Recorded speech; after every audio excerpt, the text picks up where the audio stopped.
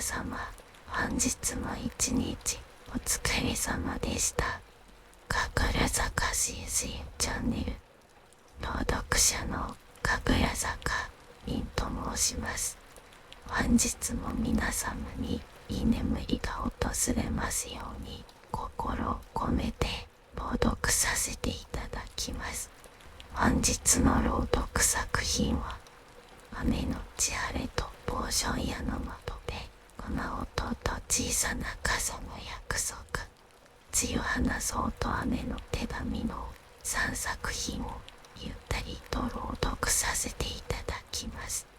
皆様におかれましては目を閉じリラックスして静かな朗読の世界に耳を傾けてください。これからも皆様にたくさんの癒しをお届けできますように、お休み前にチャンネル登録を忘れずにお願いいたします。明日も皆様にとって素敵な一日となりますように。おやすみなさいませ。雨のち晴れとポーション屋の窓で春の午後、海と山に囲まれた小さな町に柔らかな雨が降っていました。町の外れにひっそりと佇むポーションや押し降る雫は夜も静かに明かりを灯しています。丸い窓にポツポツと雨粒が打ちつける音、それはまるで誰かがそっと話しかけてくるような優しいリズムでした。天使のエルフイーは窓辺の椅子に座り、片手に本を、もう片手にはティーカットを持っています。カッツから立ち上る湯気と雨の音が重なって空間全体がふんわりと包み込まれているようでした。ページをめくる音すらも雨のリズムと調和するかのように静かでゆっくりとした時間が流れています。雨の紐を取って心の奥に静かに染み込んできますね。ふと凛がつぶやいたその時でした。カランと扉の小さな鈴が鳴ります。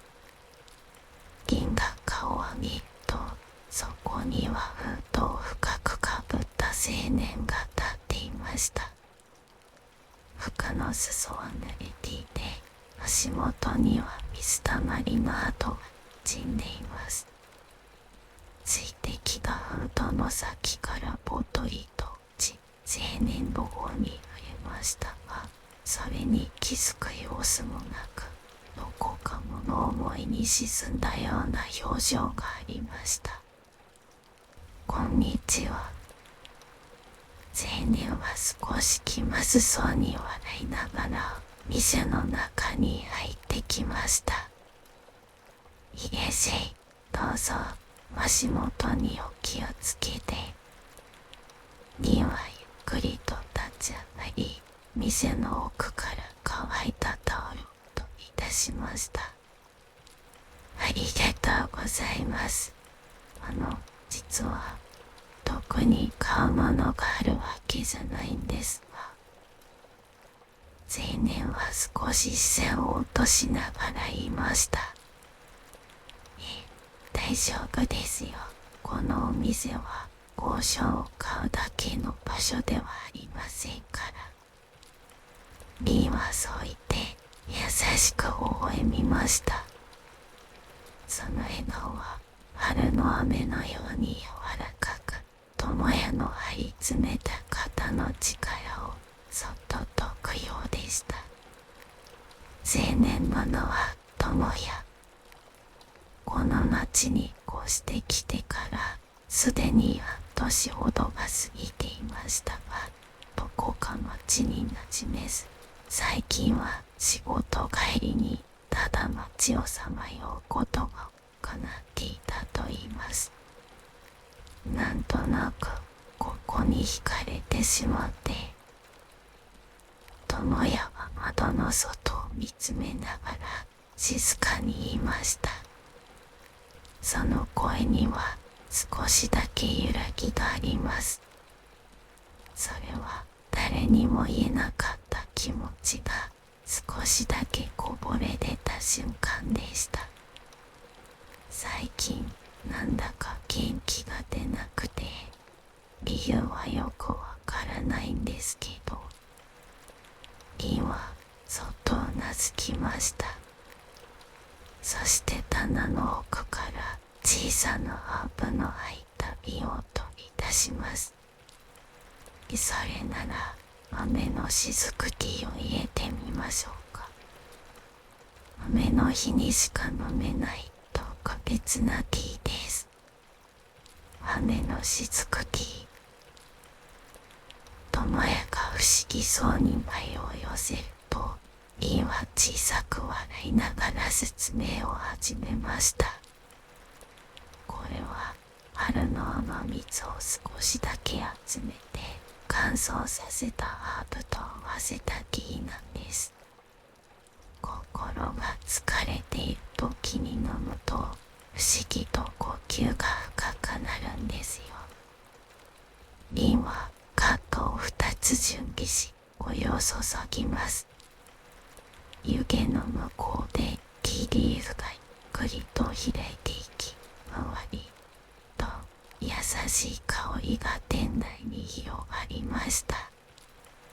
その香りはまるで濡れた草原を歩いた後の空気のようで、智也の胸の奥に沈んでいた感情をそっと揺らします。それはレモンバームとほんのりミントのような爽やかさ。だけどその奥に土の香りに近い落ち着いた温かさも感じられる不思議な香りでした。どうぞゆっくりと飲んでみてください。リンがカップを差し出すと、智也は両手でそれを受け取りました。温かさが手のひらからじんわりと伝わってくるのを感じます。なんだかほっとしますね。カップを口に運んだ智也は目を細めて言いました。雨の音もこうして聞くと悪くないかもしれません。いつもはうるさいなと思ってたけど、窓の外ではぽつりぽつりと雨が降り続いています。けれどその音は不思議と心を静かに落ち着けてくれるようでした。雨はね、空が一度何かを手放そうとしている音なのかもしれません。だから聞いていると人の心もつられて少しずつおどけていくのです。リンはそう言いながらカップをそっと揺らします。カップの表面にできた小さな波紋がまるで心の中さざ波のように智也の目に映りました。智也は手の中のカップを見つめながら小さくつぶやきます。最近周りのことばかり気にして自分のことをちゃんと見ていなかった気がします。自分に正直になれていないとニコ。リンはゆっくりとうなずきました。それはあなたが頑張っている証拠ですよ。誰かのために何かを守ろうとする人はいつも自分の気持ちを後回しにしてしまうものです。でも心って静かな場所じゃないと本当の声を聞かせてくれないんですね。その言葉にはどこか解放されたような響きがありました。誰にも言えなかった思いがようやく自分自身にも届いたような、そんな安心感。そういった友や言葉にはどこか安堵の色がにじんでいました。店内にはただ静かに雨音が響いています。木の香りとポツポツと続く雨粒のリズムが二人をそっと包み込んでいました。そしてその時です。窓の外にほんの一瞬だけ雲の間から薄明かりが差し込みました。晴れ間出ましたね。友也がぽつりとつぶやきました。銀はふーっと笑ってうなずきます。雨の音を受け入れた時、空も少しだけ心を開いたのかもしれませんね。カップの中の木がキラリとその光を反射しました。それはまるで心の中に差し込んだ小さな希望の光のようです。カップの中の木はまだ少し暖かさを保っています。けれど友也の心にはそれ以上に温かな気持ちが灯り始めていました。窓の外に少しだけ覗いた晴れ間はすぐにまた雲に隠れてしまいます。けれどその一瞬の光が友也の胸の奥に小さなぬくもりを残していました。そしてそのぬくもりは雨上がりの街に柔らかく広がっていくようで、それはまるで心にも晴れ間が生まれたかのように不思議ですね。友也は静かにカップの底を見つめながらつぶやきました。たった少し空が明るくなっただけなのに、それだけで気持ちが少し軽くなるので、その声にはまるで自分でも気づかなかった感情にそっと触れたようなとろきがにじんでいました。リンは微笑みながら静かにうなずきました。光はいつも必要な時にほんの少しだけ顔を見せてくれるものなんです。それは心の中の光も同じ。見えなくてもちゃんとそこにあるのですよ。見えなくてもそこにあるんですね。友也はその言葉を繰り返し小さくうなずきました。ティーカップの高の湯気は緩やかに立ち上りながら静かに空気の中へと溶け込んでいきます。その様子はまるで今まで固く閉ざしていた心がゆっくりと溶けていくようでした。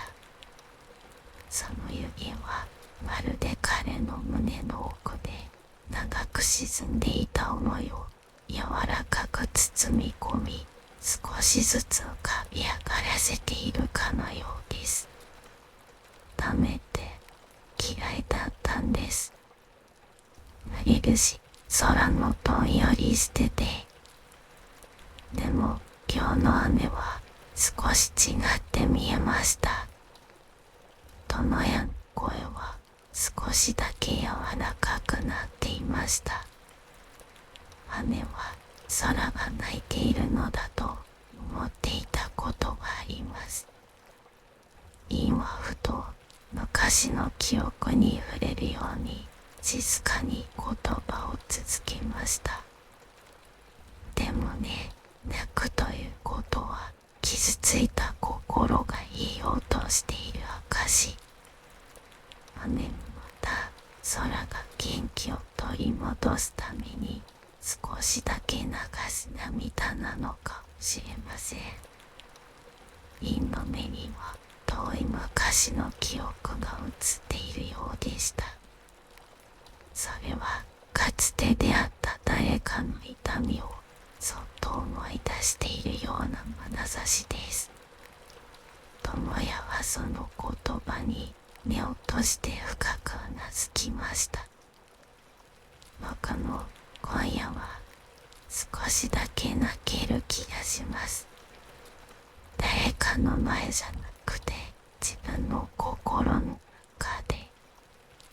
彼の声は震えていましたが、その震えは決して弱さではなく、ようやく自分を許せそうな兆しのようにも思えました。リンは席を立つと、小さな引き出しから一冊の薄いノートを取り出しました。それはいつもリンが書く人との出会いを書き留める記憶帳とは別のノートです。このノートはお客様が旅立つ前に自由に言葉を残していく静かな記録帳です。彼女は智也とにそれを差し出しました。ノートにはこれまでこの店を訪れた人たちの感謝の言葉や夢、一言だけの祈りがたくさん書き込まれていました。あるページには疲れたらここに帰ってきますとあり、また別のページには星の雫が今日も優しくありますようにと書かれていました。インコのにじみや文字のかすれからもその時の思いや空気が伝わってくるようで、ページをめくるたびに胸の奥が温かくなります。もしよろしければ今の気持ちを何か一つだけ残していきませんか。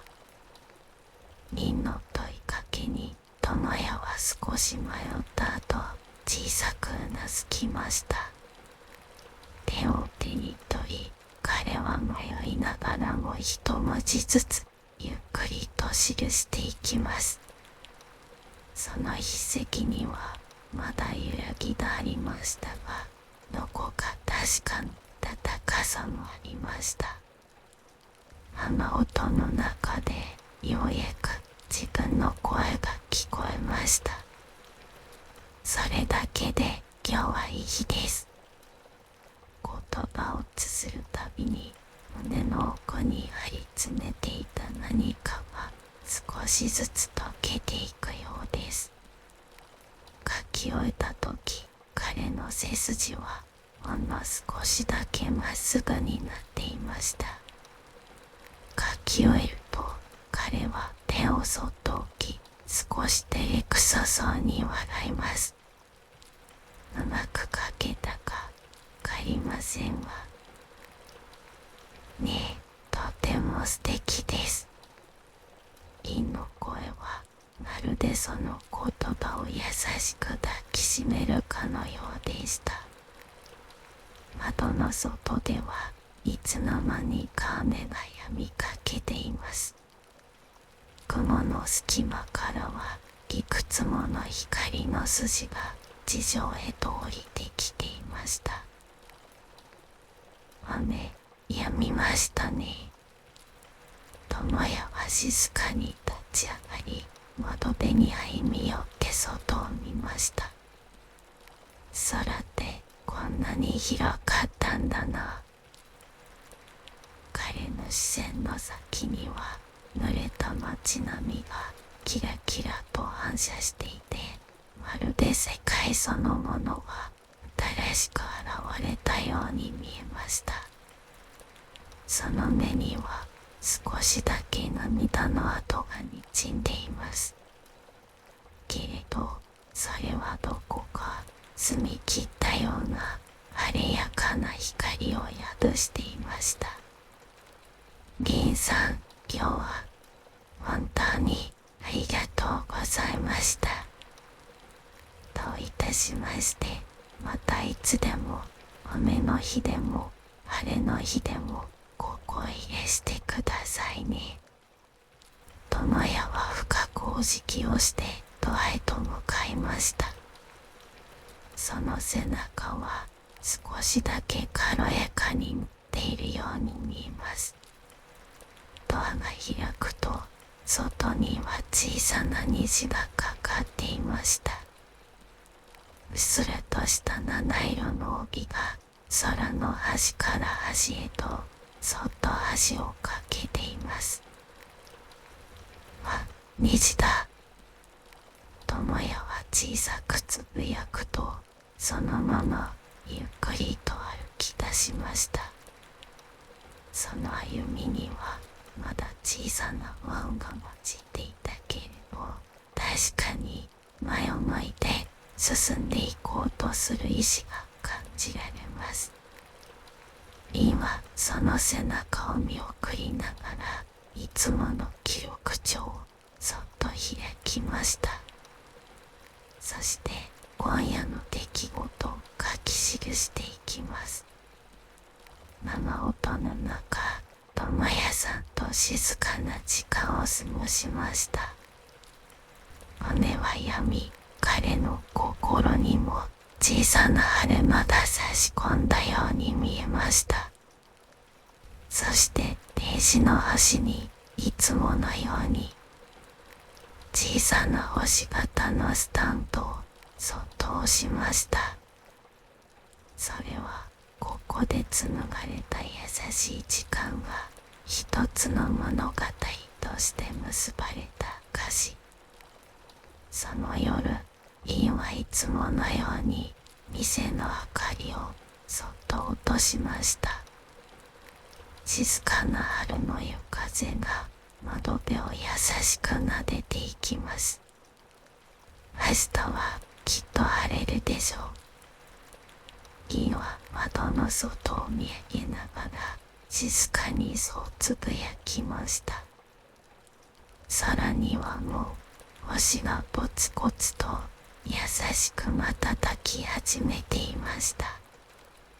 それは雨上がりの空がくれた静かで希望に満ちた贈り物。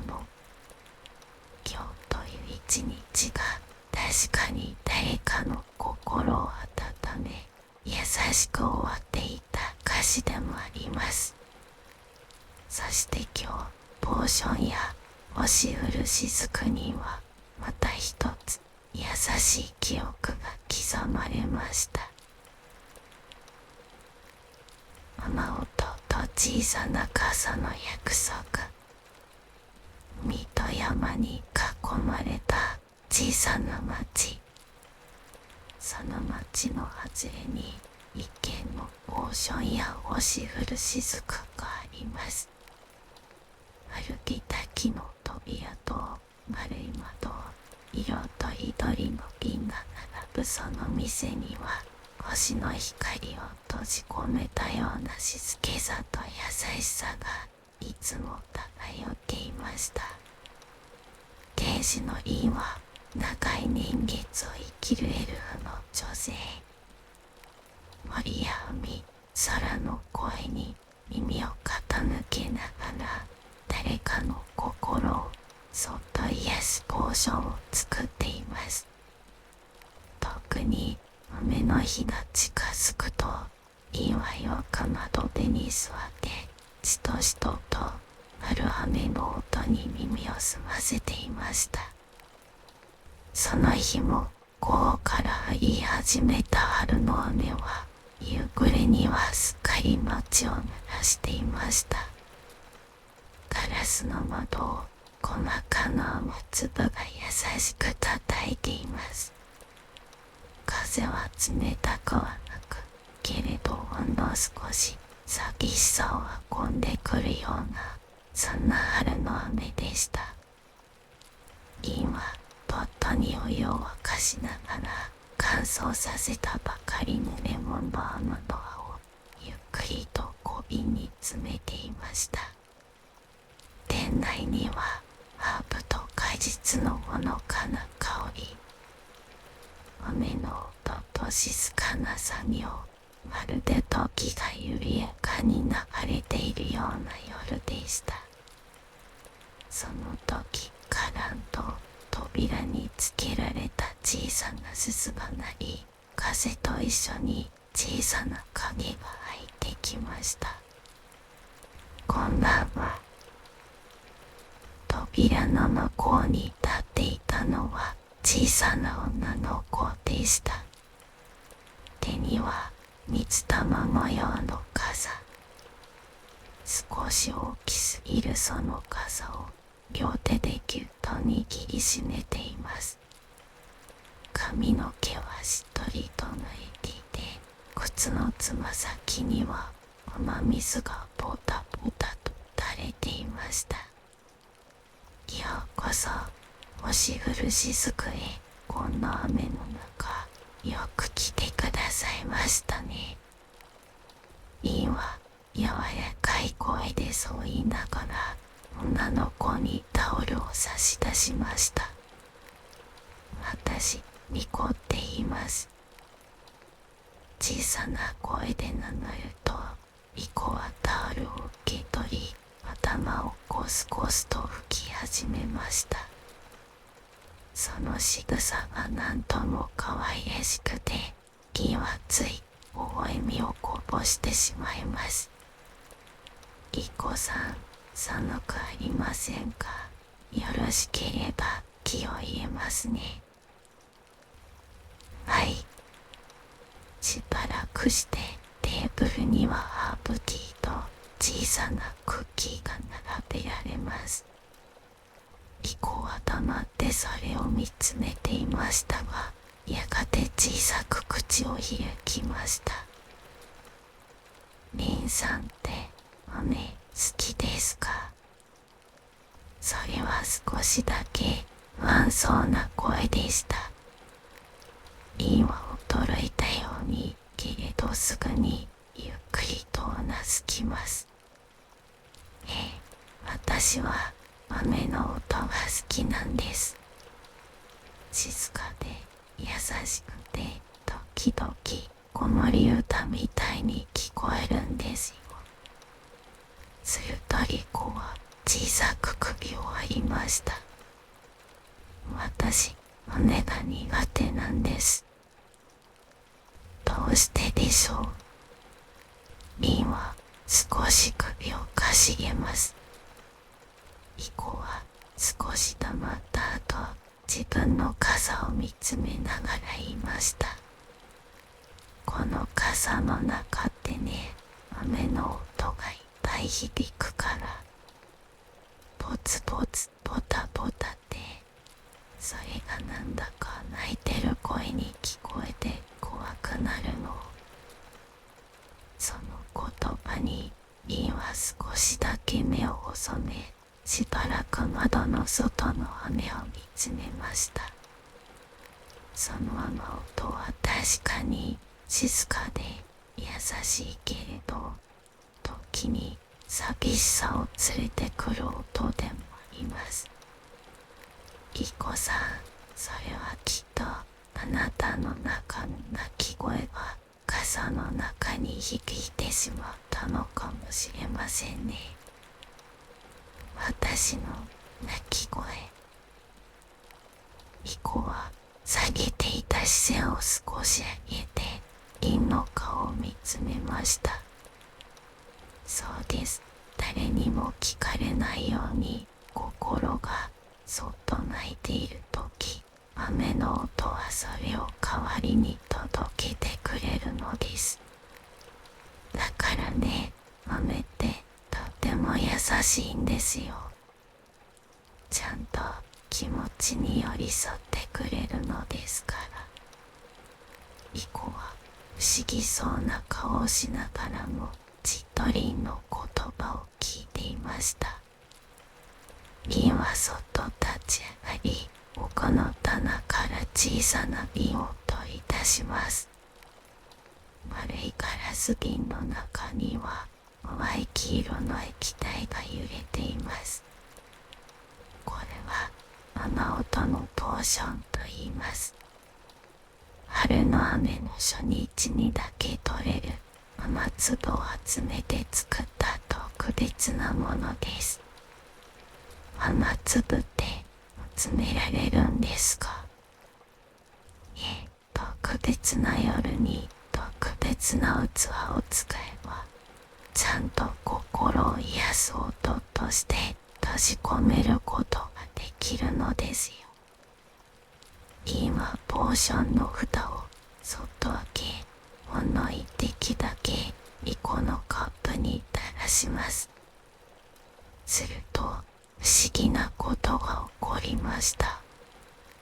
カップの中からかすかな旋律のような優しい音が聞こえてきたのです。それはポツンポツンと降る雨の音がピアノのような音色に変わっていくような不思議な感覚でした。きれい。ヒコはまるで夢を見ているかのようにカップの中を覗き込んでいました。この音はあなたの心が欲しかった音なんです。鳴き声じゃなくて優しい記憶をそっと思い出させてくれる音。リンは静かに語りました。昔ね、私、母さんと一緒に雨の中を歩いたことがあったの。その時、お母さんがこう言ったの。雨の中でも傘の下には暖かい空気があるのよって。ヒコはぽつりとそう話しました。その言葉にリンは嬉しそうに微笑みます。きっとその記憶が今夜あなたの中に戻ってきたのですね。リコの目にはほんの少し涙が浮かんでいました。けれどその涙は骨と同じくらい優しいものでした。ポーションの入ったカップを両手で包み込みながらリコはそっと目を閉じていました。カップの底から周りと立ち上る湯気とともにあの時の光景が静かに胸によみがえります。まだ小さな手を引かれて母さんと歩いた春の道。空は灰色で地面はぬかるんでいて、傘に当たる雨粒の音がリズムを刻むように響いていました。その時、母さんがなっと笑ってリコの手をぎゅっと握ったのです。雨の音ってね、ほら、心の拍子と似てるでしょう。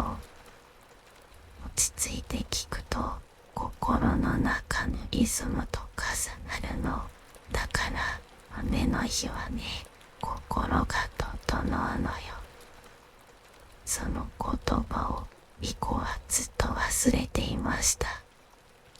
けれど今このポーションの中に閉じ込められた雨音がそっとその記憶を呼び覚ましてくれたのです。リンさん、ありがとう。リコがそうつぶやいた時、リンは優しく微笑みながらうなずきました。雨が嫌いだったわけでもなくて、本当は思い出すのがちょっとだけ怖かっただけなのかもしれませんね。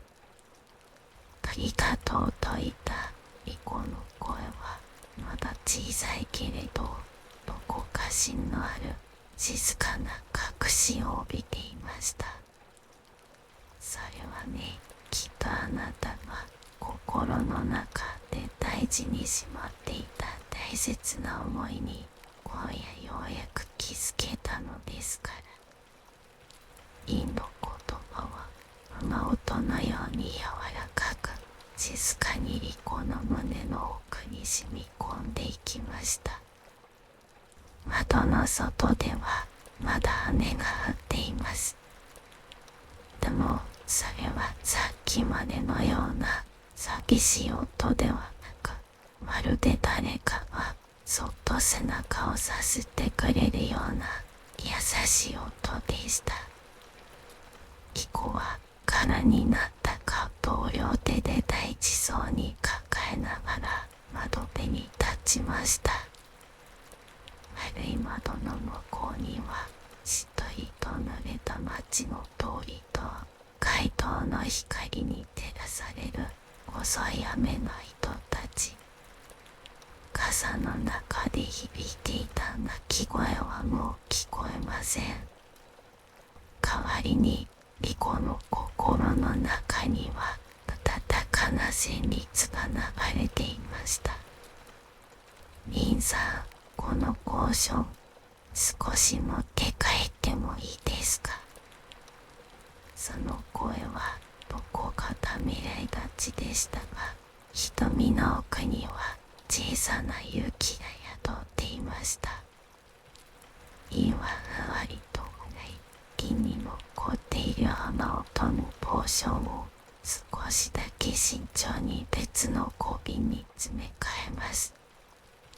はい、これは雨音の記憶という名前にしましょう。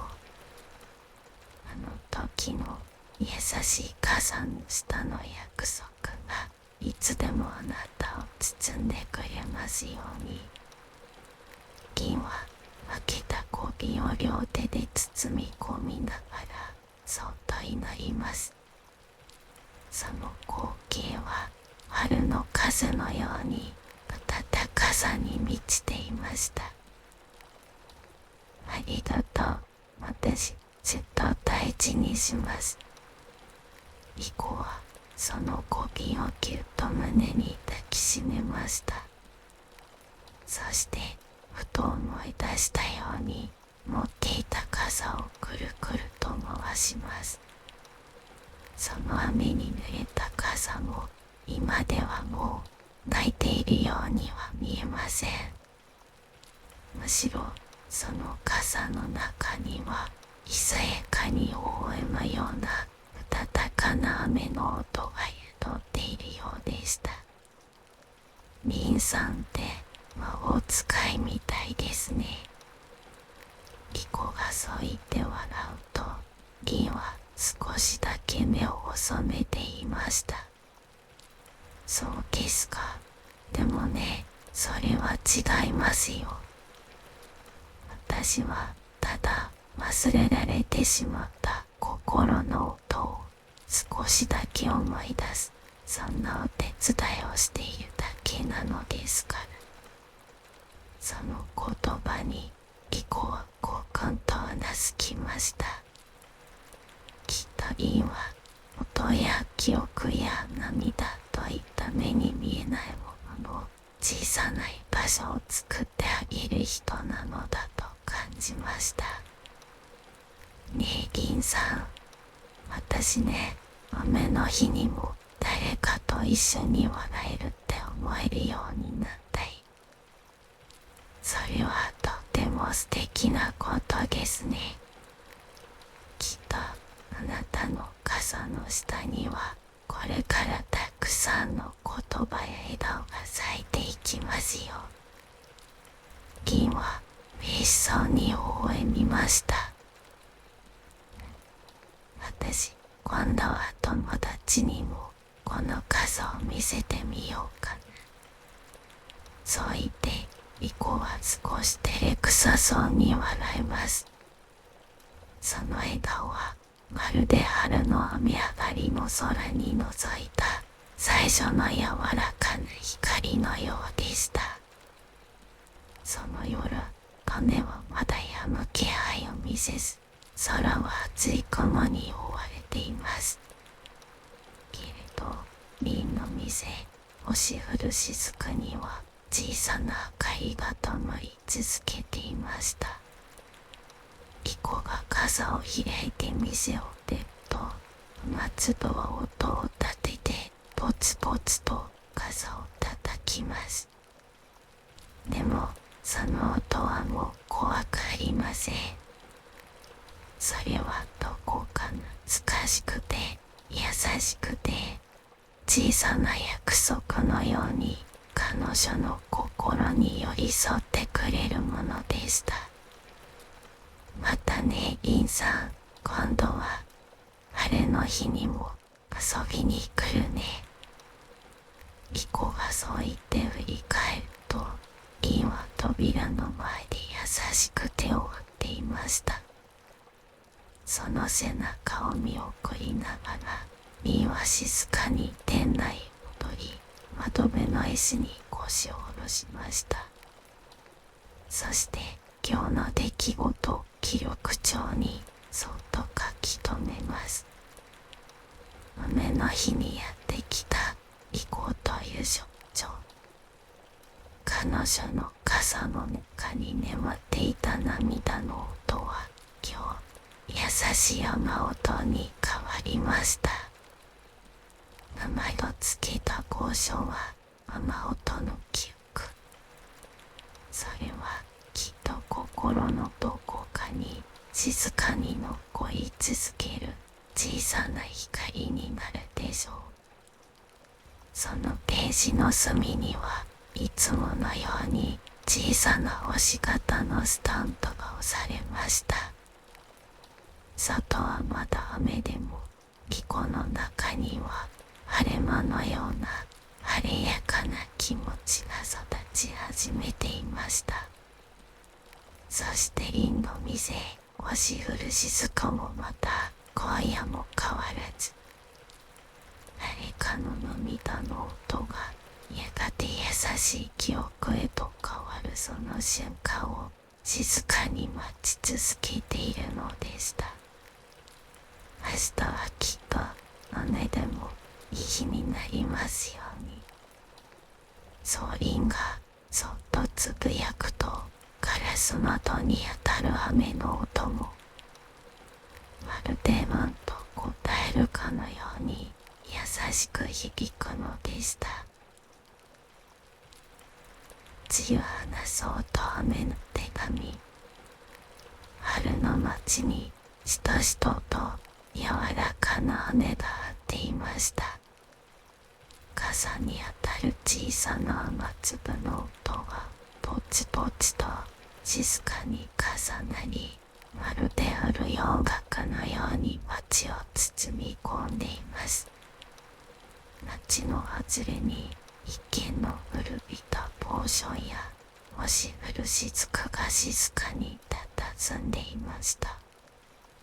その名の通り、どんな雨の日でも星が見える夜のように暖かな明かりが窓辺に灯っています。亭主は長い年月を生きるエルフの女性イン。彼女は今日もカップから立ち上る湯気に目を細めながら戸辺の椅子に静かに腰掛けていました。春の雨は心の奥まで染みてくるのですね。そう独り言のようにつぶやくと、ふと視線の先に小さな花が目に入りました。それは窓辺から見える場所に咲いた白い花草。雨粒を宿したその花はまるで空からの手紙を受け取ったかのように静かに揺れていました。あなた、そんなところに咲いていたのね。インは立ち上がり、外に出て、そっとその花に触れました。梅雨花そう、それは雨の日だけ、ひっそりと花を咲かせる植物。乾いた日にはすぐにその姿を隠してしまう繊細な花でもあります。雨があなたを連れてきたのね。雨がくれる優しい贈り物ですね。その時、見せないうちの小さな鈴がカンとなります。こんにちは。小さな声が雨音に紛れて聞こえてきました。インが店の奥から顔を出すと、扉の前には濡れた帽子を手にした青年が立っています。雪ニャの制服を着たその青年は町で働く配達人ユウでした。皆さん、雨の中お疲れ様です。すみません、雨宿りも兼ねて、それとちょっと見ていただきたくて。ユウはそう言いながらカバンの中から丁寧に包まれた一通の封筒を取り出しました。封筒の端は雨に濡れて少しふやけており、宛名の文字はすでに日で読めなくなっています。これ、古いポストの中に残っていたんです。もう配達できないけれど、どうしても捨てられなくて。インはユウのその言葉に静かにうなずきました。きっと誰かに届けたい思いがまだこの手紙の中にあるのですね。そうなんだと思います。聞いてしまうのは良くないのかもしれないけど、なんだか読まれたがっているような気がして。インはそっとユウの手から封筒を受け取りました。紙の端に残る淡い香り、それはどこか懐かしく少し切ない香りでした。少しだけ失礼してみましょうか。ゆっくりと封を開くと、中には手紙が一枚折られて入っていました。そこには丁寧な筆跡でこう綴られています。今日はあなたと出会った日でした。あの時の言葉が今でも胸の中で優しく響いています。ありがとう。たとえ届かなくても、この思いを雨に託してあなたへ。読み終えた後、二人はしばらく無言のまま手紙を見つめていました。とても温かい言葉ですね。家の声はどこか遠くを見つめるような優しい響きを持っていました。ねえ、雨に紛れて忘れられてしまった手紙かもしれないけれど、それでも書いた人の思いはこうして生きているのですね。インは店の棚から一つの瓶を取り出しました。それは雨音のポーション、雨粒が奏でる音の記憶を閉じ込めた特別なポーションです。このポーション少しだけ使って、この手紙の記憶を私たちの心に残しておきましょう。銀はそう言いながら交渉をキーポットに一滴そっと落としました。ゴトン。その音とともに店内にかすかな香りと旋律が広がります。雫の音、濡れた木の匂い、遠くの海の気配、すべてが優しく包み込んでくれるような香りと旋律でした。なんだかさっきの手紙の言葉がもっと心に染み込んでくるような気がします。ユウの声は少しだけ震えていました。言葉も雨のようなものなんですよ。降った時時には気づかなくても後から静かに芽を出すものもあるのです。リンのその言葉にユはゆっくりとうなずきました。外では雨はまだ静かに降り続いています。けれどその雨音は少しだけ優しく響いているように感じられました。リンが入れてくれた雨音のポーションの木をユは両手でそっと包みました。そのティーカップからはほんのりとした曇りとともに草の香りと懐かしさを思わせるかすかな香りが立ち上っていました。この香りどこかでユはぽつりとつぶやきました。香りに揺らぐ記憶の奥からぼんやりと浮かび上がってくるのは幼い頃の祖母の家で聞いた雨音。窓辺に座り濡れた地面に咲くのも知らぬ草花を眺めながら読み聞かせてもらった物語の数々。あの頃の自分は雨が好きでした。